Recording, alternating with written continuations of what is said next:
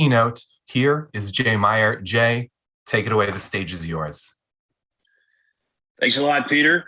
And everybody, I'm grateful for the opportunity to share some insights with you. I first want to thank Peter and everybody at all the crew for this great presentation.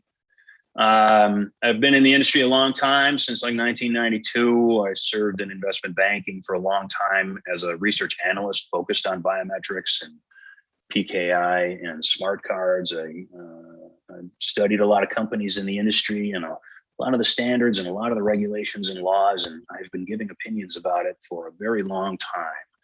And so I really relish the opportunity to share some insights with you today.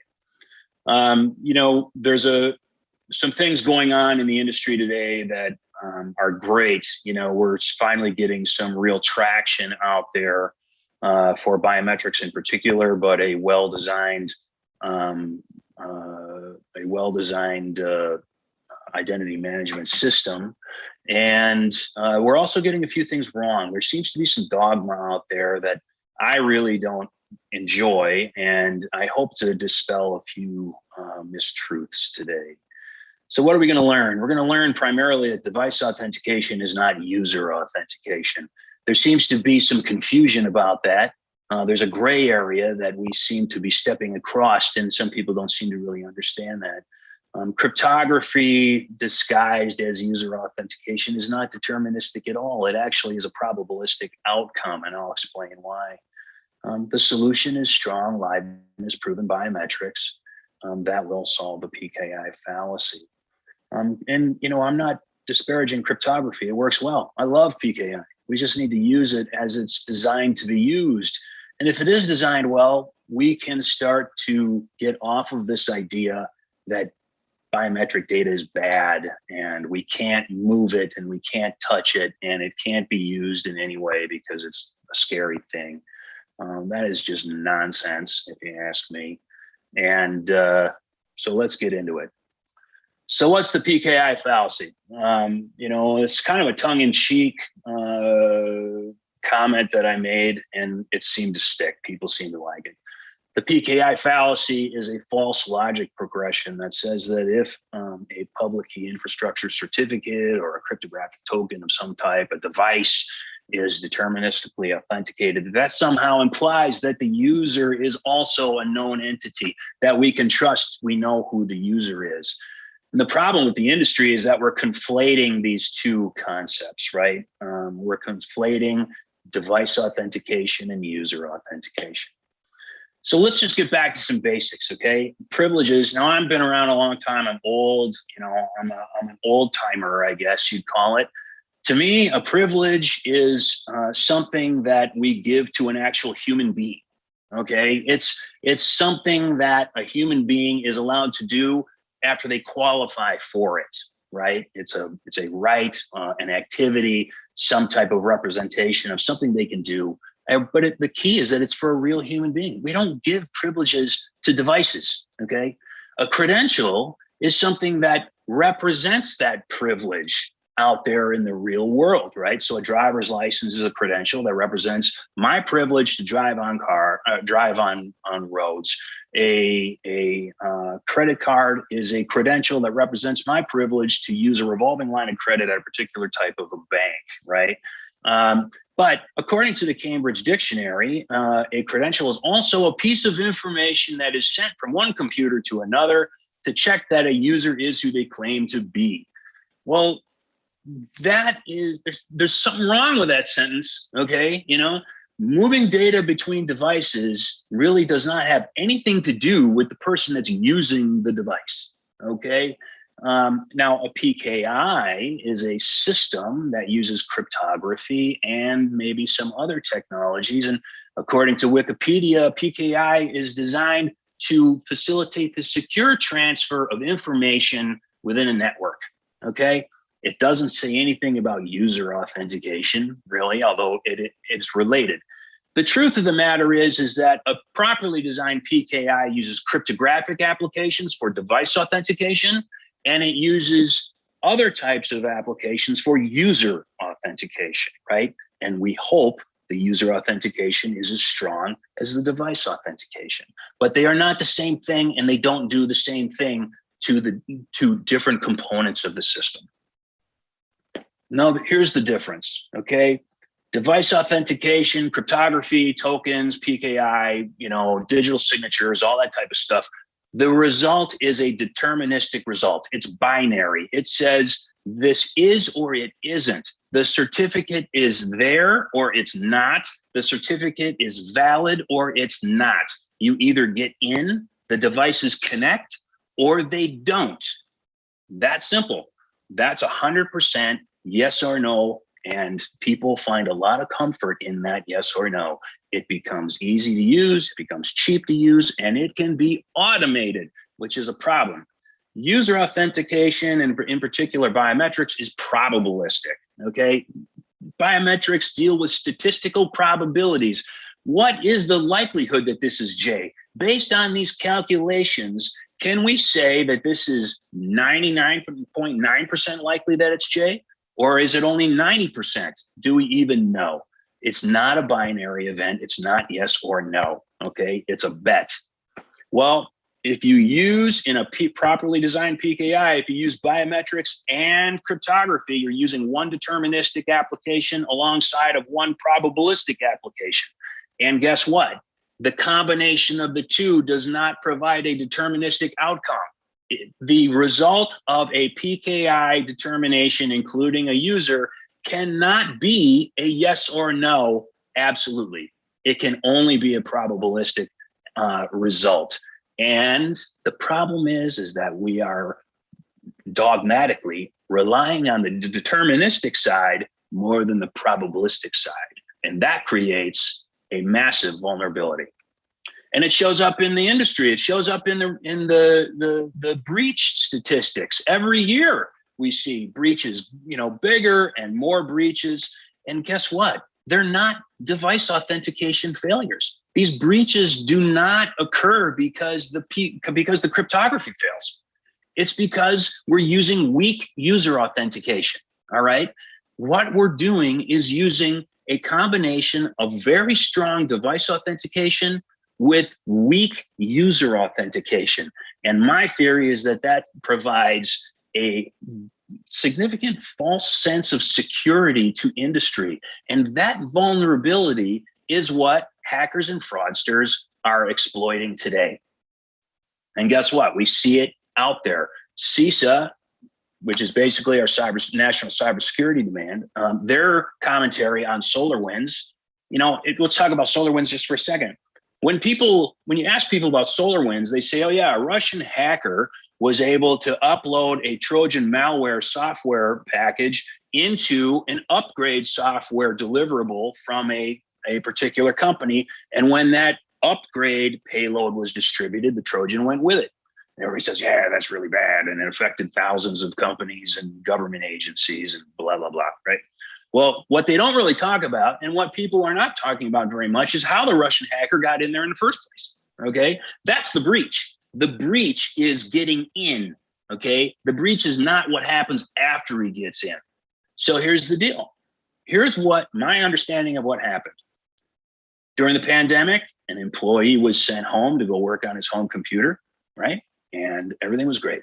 They used what I believe was a SAML token system supported with a duo multi-factor authentication system, right? The multi-factor authentication system included a password. I mean, how long have we been talking about passwords, folks? It's ridiculous. Anyway, what happened is the Russian hacker was able to phish a password from that employee. I don't know if the employee pressed on a porn link or eBay link or whatever it was. According to CISA, it was some kind of a password spraying event, a brute force password breach, which means probably that the guy was using the same password on all of his devices. Okay. Well, once he got the password, the bad actor, the Russian, was able to log on to the network with his own computer. And then the network, he registered his computer on the network as if it was the employee's computer, okay? And the network passed what I believe is a SAML token to that computer, which is a cryptographic token. And from that point on, the only authentication that happened was the password and the SAML token. And the guy was able to log on to the network with his own computer for 9 months before anybody figured it out. And while he was in there, he uploaded his Trojan horse payload. The problem here, the vulnerability, is that we have an automated system that relied on truly strong cryptographic device authentication, supported by weak user authentication. So strong device authentication with weak user authentication created this vulnerability. It's not deterministic at all. It's just dumb, folks. The problem is that we're not learning from our mistakes. We're still seeing this mantra, this dogma show up in RFIs and RFPs and standards out in the real world. I scraped this schematic from AMVA, the American Association of Motor Vehicle Administrators. This is part of their request for information for their new trust service that they're building to compensate for the emergence of mobile driver's licenses. AMVA wants to use mobile driver's licenses, and they want to use a lookup system to confirm that the mobile driver's license is valid, right? So who can tell me what's wrong with this picture? Maybe you can't respond right now, but what's wrong with this picture is that there's no people in it. Where are the people? Where is the technology that connects a person to any one of these devices? There isn't. In fact, the documentation from AMVA barely talks about user authentication. They just punt on it. And by the way, the RFI from DHS for the Real ID upgrade for mobile driver's license basically does the same thing. Okay, this is happening all over the place, folks. We're relying on strong device authentication in lieu of weak user authentication. And as the SolarWinds event shows, it is a massive problem. Oh, well, maybe what we need is a third device in the mix. Maybe we need 4 devices in the mix. Here's a question I have. What if the guy that owns this laptop and this phone and this PKI key insert is using the same password on all 3 of those devices? Maybe he is. Who knows? I think maybe we need a 4th device. It needs to be a little marble that has a chip in it that uses Bluetooth to connect all 3 of these devices together. We can set the little marble in that little hole in the middle, and it'll work great. So 4 devices will secure it better than 3. We better use 4. No, folks, the answer is strong, liveness proven biometrics. This solves the PKI fallacy, okay? This is where we need to go. We need to get off of this low friction, low data packets, can't move biometrics around deal, because that creates the vulnerability. So what makes a biometric truly strong? Well, first of all, and this is my olive branch to the cryptography guys. I love cryptography, don't get me wrong, right? The first thing we have to do is verify the integrity of the sensor and the data that comes from the sensor. That's what cryptography does, okay? The camera in the phone is a sensor, and there's a data flow from that sensor to a processor somewhere or to a storage tank somewhere. And we need to verify that that hasn't been tampered with. That's what cybersecurity is all about. That's what cryptography is all about, right? So we need to do that first. Then we need to capture as much data as we can. And the data has to be liveness and matching data captured concurrently. You want the biometric matching data and the liveness data wound together when you capture it. Why? Because it creates opportunities to demonstrate that it makes the liveness more effective, okay? And it provides us an opportunity to alter the data later to mitigate a honeypot risk. And I'll get into that in a second. As importantly, more data correlates to a higher match confidence. The more data you can collect in a biometric match, the stronger potential confidence you can have in the outcome, okay? That's why at FaceTec we like 3-dimensionality, because we can capture so much more data than 2-dimensional, and we can have a potentially much more accurate outcome. You want to have involuntary liveness data, okay? You want it collected concurrently with the matching data. Involuntary is secret. The hackers don't know what we're measuring. They have to guess. It randomizes their attack vector, right? And unless if they can watch the bouncing ball or track the flickering lights, then they can start to work on a breach exactly on that particular deal. If they don't know what the liveness is, they are just guessing about what to attack, okay? We have to verify the user identity before we bind any biometric data to anything, okay? It needs to be liveness proven biometric data, and it needs to be bound to a user profile and preferably a legal identity. And we'll get into legal identities in a second, okay? This might require a little bit more computational horsepower, so you might have to move biometric data off the phone because the phone manufacturers really don't want to have to add more horsepower to the biometric matching sequence. It means they have to redesign the phone. It's a problem for them and they don't want to do it, okay? It's expensive. So one advantage of moving the data is that you can use the server, which has potentially unlimited computational horsepower. Once it's at the server, you do a liveness check and then you delete the liveness data, right? So the key is if it's captured concurrently with the matching data, you move it to the server, you do the liveness check, and then you remove some of the liveness data. What remains is matching data. But upon resubmission, they have to have the liveness data and the matching data, okay? So if someone even gets into the database and steals the biometric data, they can't resubmit it because it doesn't have the appropriate liveness data attached to it. So it will be rejected. And that, we think, eliminates honeypot risk. Pretty novel idea, pretty cool if you ask me. And I want to talk about anonymous biometrics real quickly. Anonymous biometrics is sort of a tongue-in-cheek idea that somehow the we have this idea that somehow the biometrics on phones is wonderful. Well, it's not. It's anonymous.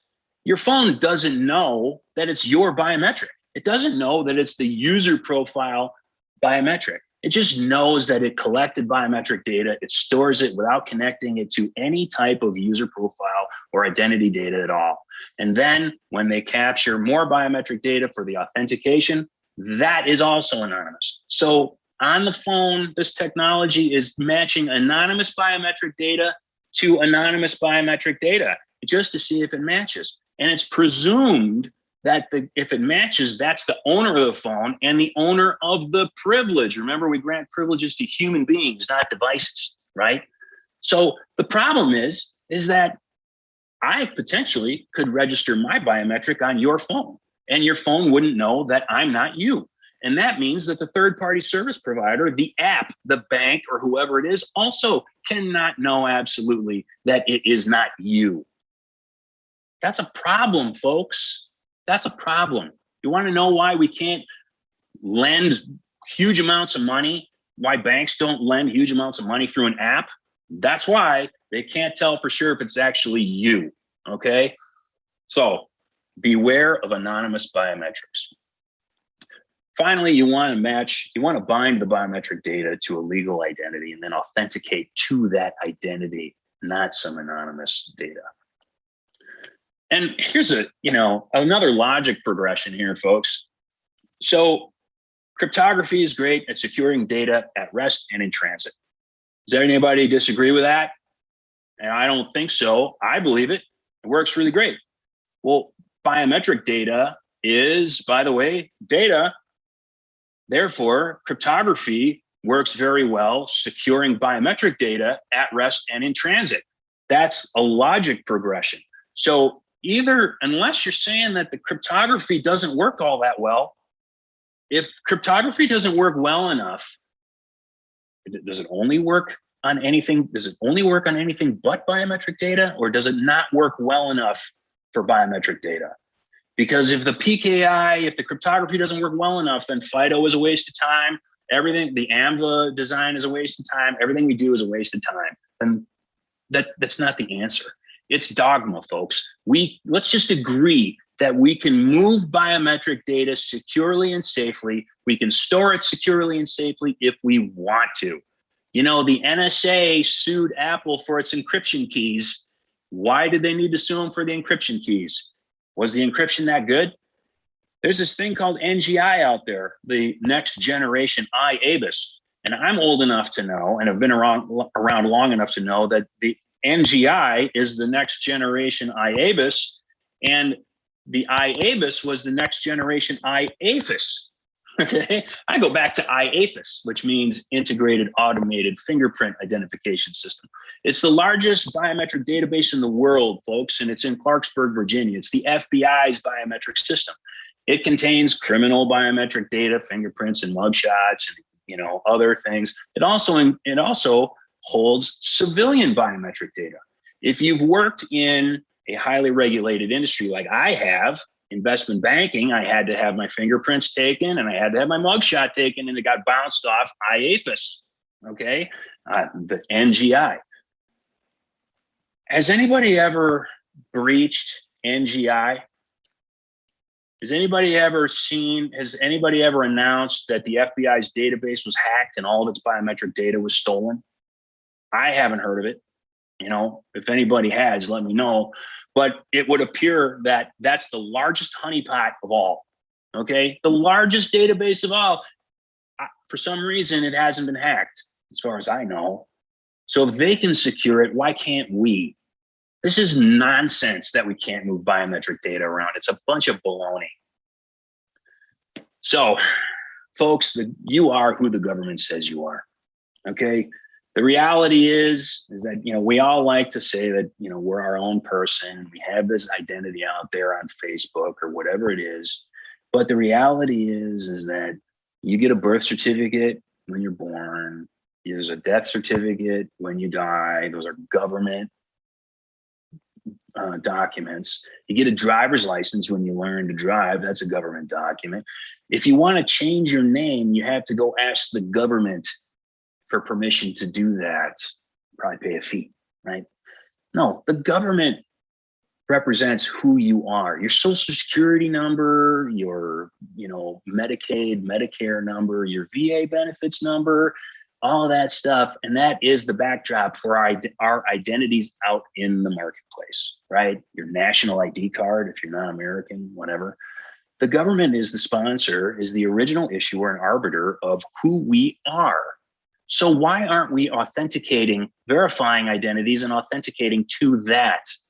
We're using this hodgepodge of information out there that doesn't make a whole lot of sense, right?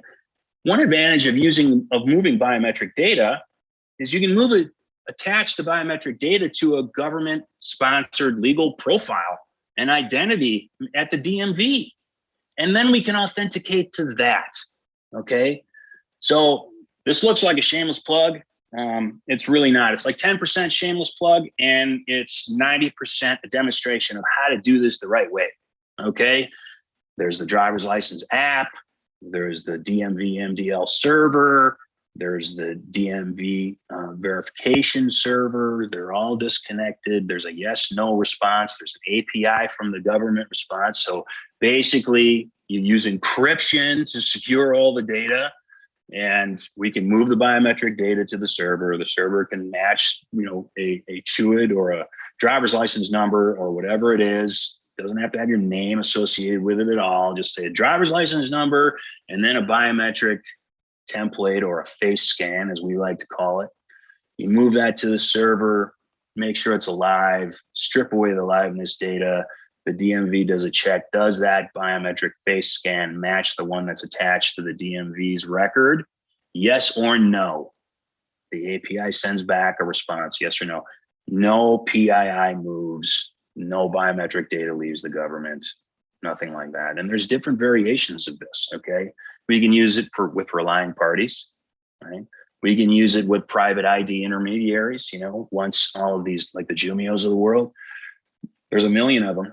They're not all going to make it, but there is one opportunity that they could take advantage of. They could set up an intermediary system where they represent government DMVs, for example, and they accept the biometric data, the biometric data that's been encrypted, and they send back the response on behalf of the government. It can work 24 hours a day, so that DMV worker doesn't have to work all night, and we're off to the races with a system that actually works.